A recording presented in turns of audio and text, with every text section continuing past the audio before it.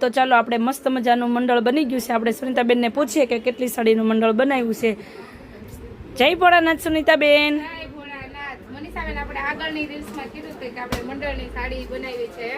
તો જે આ સાડી છે ને એ આપણે મંડળની બનાવી છે. દીદી, આપણે કેટલી સાડીનું મંડળ છે? અમારે 35 છે. 35 સાડીનું મંડળ છે. અને આપણે કઈ જગ્યાએથી આવો છો? અડાજણથી આવી છે. અડાજણથી આવો છો. કેટલા ટાઈમથી આપણી પાસે આવો છો? 5-6 વખત આવી. 5-6 વખત આવી ગયા. તો આપણું કપડું કેવું લાગે છે? સરસ સરસ. કાપડ સરસ સારું છે. લાગે છે? કાપડ સરસ છે. ભાવ રીઝનેબલ છે. સરસ હાલ છે. માસી, તમે આ માસીની હારે બંડલવાળા બેન જ છો? સરસ. તો કાપડ કેવું લાગ્યું? સારું લાગ્યું ને? સરસ સરસ.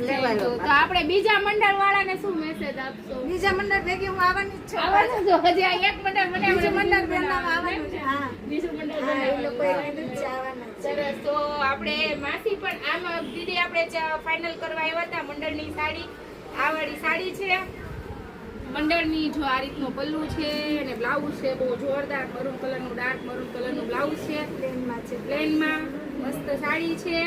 અને આ માસીને એને પણ બહુ ગમી સાડી. આવીને એમ કીધું કે કપડું બપડું બધું બહુ સરસ છે. તો છે ને મંડળની સાડી આપણે બુક કરાવી છે.